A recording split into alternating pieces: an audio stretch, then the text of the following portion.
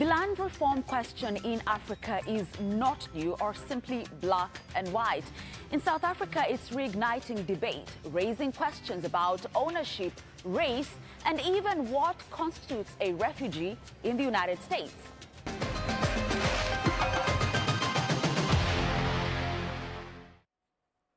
Now, Afrikaners are South Africa's largest white group. They're primarily descendants of Dutch, German, and French settlers who arrived in the 17th century. There are about 2.7 million Afrikaners in a population of 62 million, more than 80% of whom are black.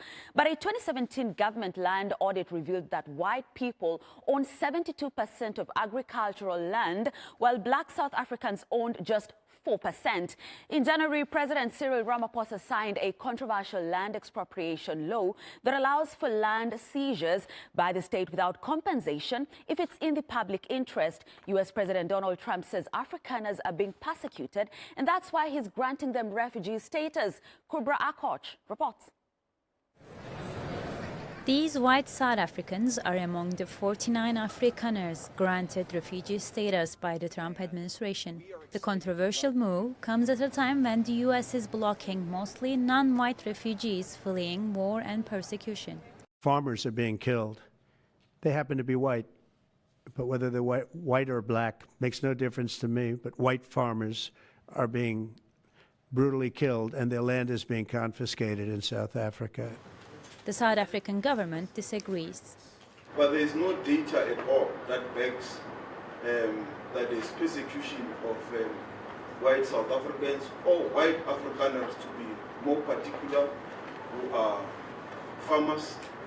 And the police statistics which they are prepared to share and release don't back it. In fact, more farm dwellers are also affected by crime. And also white farmers do get affected by crime, just like any other South African. South Africa's relations with the U.S. soured after President Cyril Ramaphosa's coalition government brought a case of genocide against Israel's actions in Gaza to the International Court of Justice. In a country still healing from 46 years of apartheid, whites-only rule that brutally repressed the country's black majority, the Afrikaner refugee status has only stirred up internal divisions. While some of the 4.5 million white South Africans celebrate, "Thank you, Mr. Trump," others are skeptical. I don't believe in running away from problems. You know, we've got a lovely country. And we make it work, and especially Afrikaans people, I think since we came here, we always made it work. We should be helping ourselves right now. That's the only way. We can't run away from our problems because they will always be there. One of Trump's closest advisors is South African-born Elon Musk. He has attacked President Cyril Ramaphosa over a controversial land expropriation bill and accused the government of confiscating white people's lands. Even though official data shows black people own only 4% of private land, despite making up more than 80% of the country's population of 63 million. Meanwhile, the Episcopal Church in the U.S. says it's ending its decades-long work supporting refugees entering America. It believes the Afrikaners' refugee plan goes against its commitment to racial justice and reconciliation. Nonetheless, the U.S. State Department says more arrivals from South Africa are expected in the coming months. Kubra Akoch, Africa Matters. Land ownership and reform across the African continent has always been controversial. Ramaphosa insists forced removals will never be perpetrated again, like they were during decades of white minority rule. He says the expropriating authority is obliged to enter into negotiations with the owner of a property, adding that no land has been seized under the act yet. But not everyone is convinced. Land. You know, this new law can take anything. You can come and take your house. If you want your car, they can take it. But there's a lot of checks and balances in place and a process that must go through. First of all, when the white men come and this reform, first of all, you must remove your cattle, all of it. It doesn't want to go. Nothing. All of them. So maybe it was there easy to remove all the people on the farm. In neighboring Zimbabwe, the fast-track land reform program was launched by former Zimbabwean President Robert Mugabe. In the early 2000s, its aims to reclaim land from about 4,000 white farmers, mostly descendants of British colonialists, and redistribute it to landless black Zimbabweans. At the time, the minority white population made up about 4% of the country and owned more than half the land in Zimbabwe. It led to violent farm invasions that prompted U.S. and European economic sanctions. But in April, the government made an initial payout of $3 million out of a $20 million compensation deal to white farmers whose farms were seized more than 2 decades ago. This is not just crucial for the Zimbabwean government. It also impacts our private sector, which faces restrictions from creditors due to these arrears. Lifting these caps will facilitate access to foreign capital, making it easier to obtain financing to support our industries and create meaningful jobs for our citizens. Let's hear more from Nkateko Chauke. She's the acting executive director of Oxfam South Africa. She joins me from Cape Town, South Africa. Thank you so much for joining us, Nkateko. So we've seen several attempts by various governments over land reforms. So just what are they getting right and where are they failing? Thank you so much for having me on the show. I guess I'll start off by saying that, South Africa's land issue is a very complex and evolving struggle. I mean, land ownership in South Africa remains deeply racialized, a legacy of colonialism and apartheid, and particularly the 1913 Native Land Act. So despite post-apartheid reforms, most of the land is still owned predominantly by the white minority, with Black women particularly marginalized in land ownership. And when we talk about what is the state getting wrong in terms of what we see unfolding in the country, is that this has been complicated further by traditional laws that restrict ownership in essence for Black people. And furthermore, access to finance for Black women has been primarily difficult, with commercial banks requiring levels of security that many women in informal livelihoods simply do not have access to. Now, where are the policy gaps? The land redistribution for agricultural development was intended to support Black farmers. But this has been poorly implemented with limited access in terms of empowering beneficiaries. There has been a drastic cutback of extension officers and support, so that speaks to the administrative issues, which then has also set back, new kinds of support to farmers and predominantly Black farmers. Now, it's one thing to avail land, but also we need to match this with dedicated and adequate training and support financially. Right. But we also just a last point I want to make is with the willing buyer, willing seller model, that it has slowed down redistribution, prompting the 2025 Expropriation Act, which then allows land seizures under just and equitable terms. Now, this is a real issue that we're confronting as a country, but dedicated actions need to be taken into account to see us transform communities and women into greater prospects for land ownership. Now, also joining us is Ben Frith. He's the spokesperson, SADC Tribunal Rights Watch. He joins me from Harare in Zimbabwe. Thank you so much, Mr. Ben, for making the time. You recently said in an article, and I quote, that you see disturbing similarities between Zimbabwe's land reform trajectory and South Africa's recent adoption of the expropriation without compensation law. Tell us why. Well, South Africa has just put together an expropriation act where the authorities can take over people's private property without even paying any compensation. And of course, what's happened in Zimbabwe, it started in the year 2000, 25 years ago now, was that exactly that happened, and thousands of farmers lost their homes, and they lost their farms, and they lost their tractors, they lost everything without any compensation being paid. And so we're very worried that something similar could well happen in South Africa. Zimbabwe, it has been a great disaster in terms of employment and food security and all the things that agriculture brings to a nation.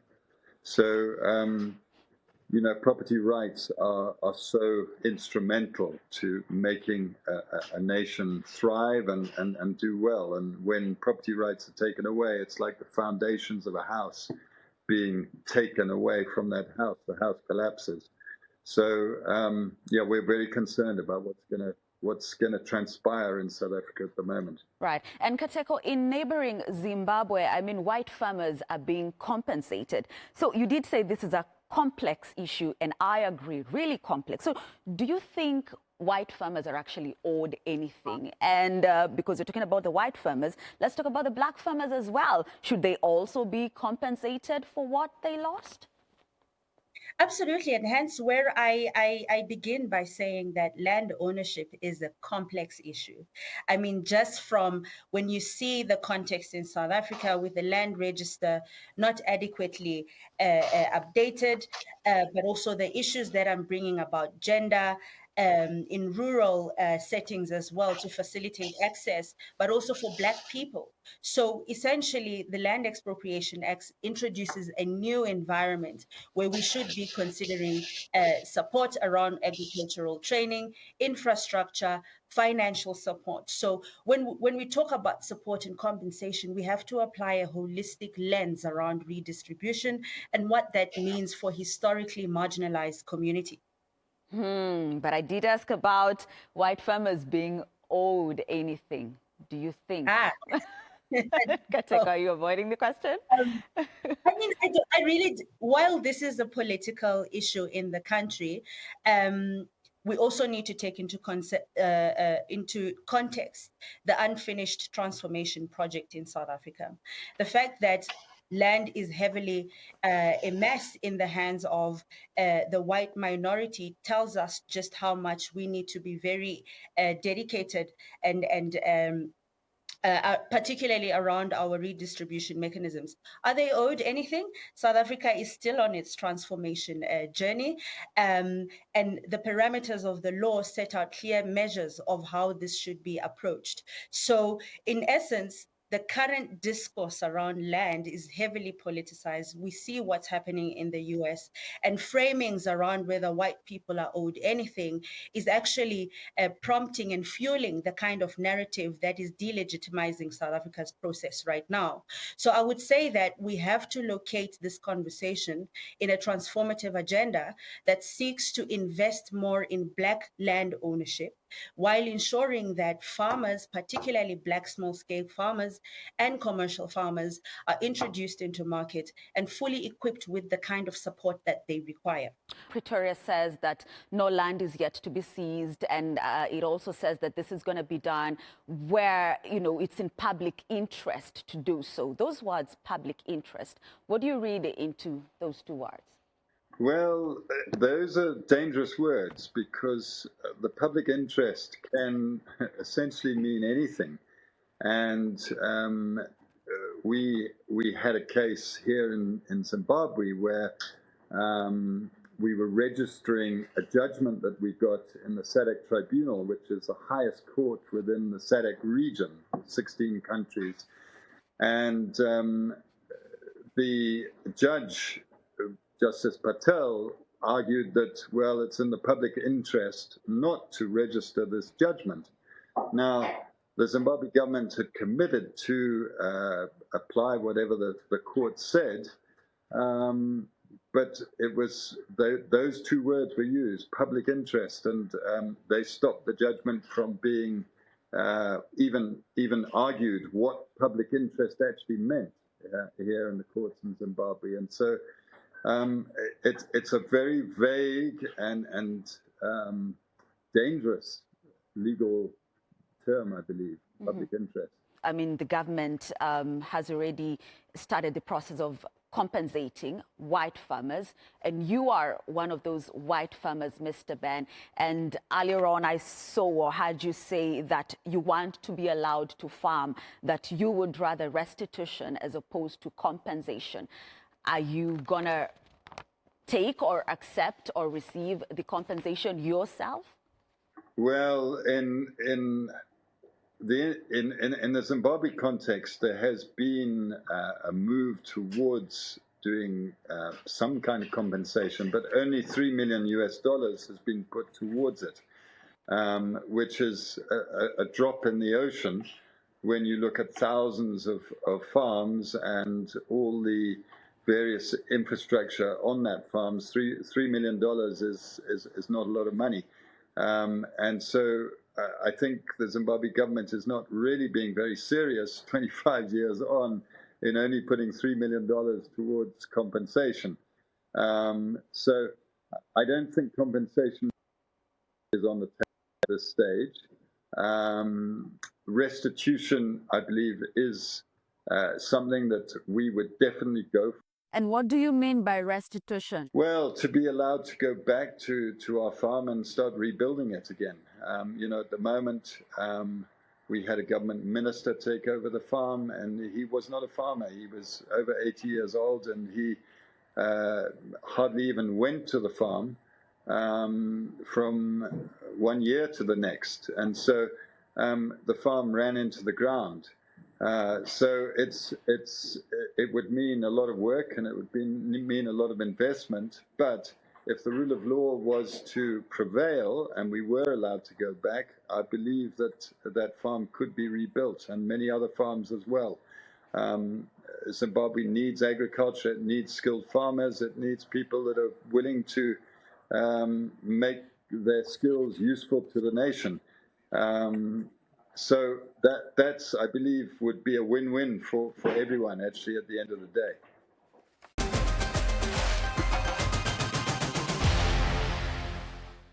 To Cameroon now, which is expanding the digitization of educational practices. The country has introduced digital skills in its schools as the government explores new ways to close tech skills gap with other African countries.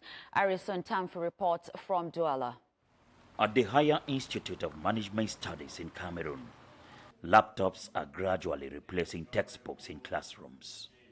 Here, most of the lessons are digitalized. The digital tools which are used here, you have the computer, the laptops, the projector, and in some cases, we go online. Cameroon embraced online learning in schools during COVID-19 pandemic 5 years ago, and is now working to make it an official policy. Cameroon wants to explore innovative approaches to education, focusing on the digitalization and integration of cutting-edge technologies in schools. This secondary school is one of 100 choosing for the pilot phase of this new form of learning. Digitalized lessons have gone a long way to facilitate teaching.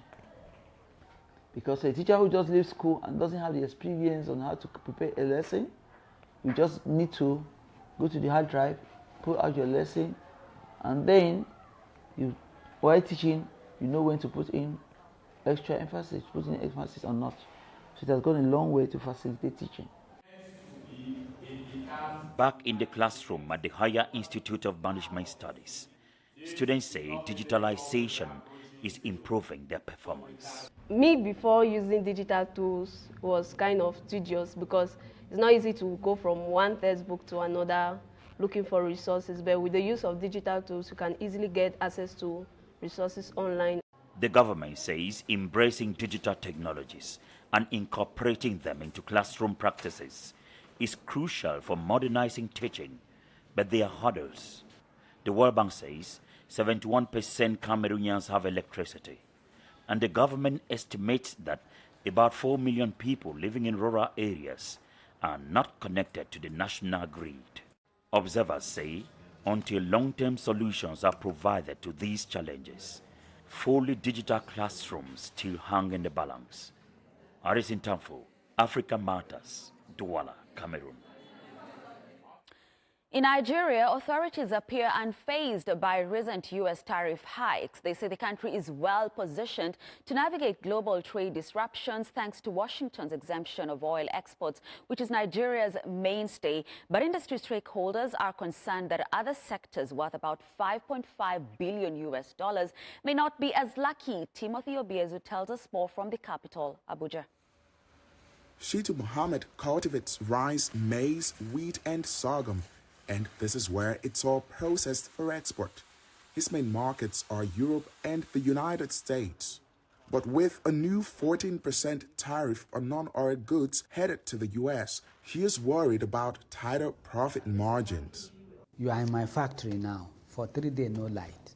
The diesel we bought is exorbitant. You can make profit. With all this, can I meet the standard? Can I be competitive in the American market? U.S. President Donald Trump imposed sweeping tariffs affecting over 180 countries, and Nigeria was one of them. This factory isn't as busy as it once was. Owners say rising operating costs were already squeezing profits even before U.S. tariffs took effect in early April. Now they're looking for new markets in which to sell their products, hoping to avoid further losses. But the Nigerian government says it's not worried because oil, which is the country's top export to the U.S., was exempted from the tariff increase. But manufacturers like Mohammed disagree. Last year, Nigeria's non-oil exports rose to $5.5 billion, a 20% increase over 2023, driven by growth in agriculture, manufacturing, and minerals. Economic analysts say the government's points are valid only if Nigeria can maintain a stable oil output to shield the economy from shocks. But global oil prices have been declining. In April, Brent crude saw its sharpest drop since 2021 to about $63 per barrel, partly due to escalating U.S.-China trade tensions. The quantum of what is going to be affected does not form any significant aspect of our trade relations with America. If we had that tax, that excise tax imposed on our oil, there's going to be a kind of competition that might not be healthy for us. Nigeria's 2025 budget is anchored on a benchmark oil price of $75 per barrel and projected daily production of 2.06 million barrels. But apart from declining oil prices, the country is struggling with massive sabotage and theft, making the economy vulnerable. In April, the government set up an economic monitoring team to reassess national spending and adjust priorities. But amid the uncertainties, many like Mohammed are trying to diversify their markets. Timothy Obiezu, Africa Matters, Abuja, Nigeria. We head to Uganda next, where boat makers are trying to navigate a different challenge. They've traditionally made boats from the mukebo tree. Its wood is light, waterproof, and does not easily rot. But it's also becoming increasingly scarce. The crisis is not only rocking the boat building sector, but also raising serious environmental concerns. Razia Athman reports from Kalangala in central Uganda. These boat builders are making a 33-seater boat. It will take them 5 days to complete. They are using timber from the Cordia meleni tree, locally known as mukebo. But over the years, this species has become increasingly rare. Kibirango Jude, who took over his father's business 10 years ago, says he now has to order wood from across the border. We get timber from a difficult area in Congo where there is ongoing conflict, and they are very expensive when they get here. But before, the timber was readily available and we had other options. The United Nations Comtrade database shows that Uganda imports wood worth up to $1 million from the Democratic Republic of Congo every year.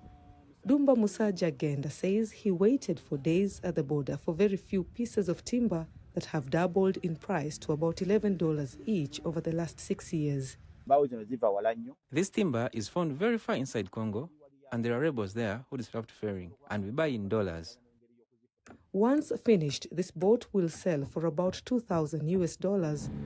a price both operators and fishermen are struggling to meet. Right now, it is very expensive to buy a boat, and an operator must also pay high fees to the boss. And for you to profit, you have to hike fares for passengers. This is forcing them to find alternative materials, which are also raising production costs. Boat makers had always relied on the mukebo tree for raw material, but this tree is facing extinction due to overharvesting. So now they are turning to new materials and methods. Here they will apply fiber and iron around the frame for finishes. According to Global Forest Watch, Uganda lost 1.10 mega hectares of tree cover between 2001 to 2023, a 14% decrease. There's no specific data on the mukebo tree, but in areas where there were plenty just a decade ago, it's now difficult to spot one. It takes 15 to 20 years to mature. If you can look at our environment, we have a lot of trees that people have planted, the plantations, but charcoal mostly they use the natural trees, which they are not replanting. Without a workable alternative, boat makers say they may soon abandon the trade altogether, risking the livelihoods of hundreds along Uganda's shores. Rosia Athman, Africa Matters, Kalangala, Uganda. That's our show this week. Share your thoughts and suggestions about the stories you've seen on this episode, or ideas on what you'd like us to cover on YouTube or on X using the hashtag Africa Matters. Thanks for watching, and it's goodbye from me, Grace Korea Kanja.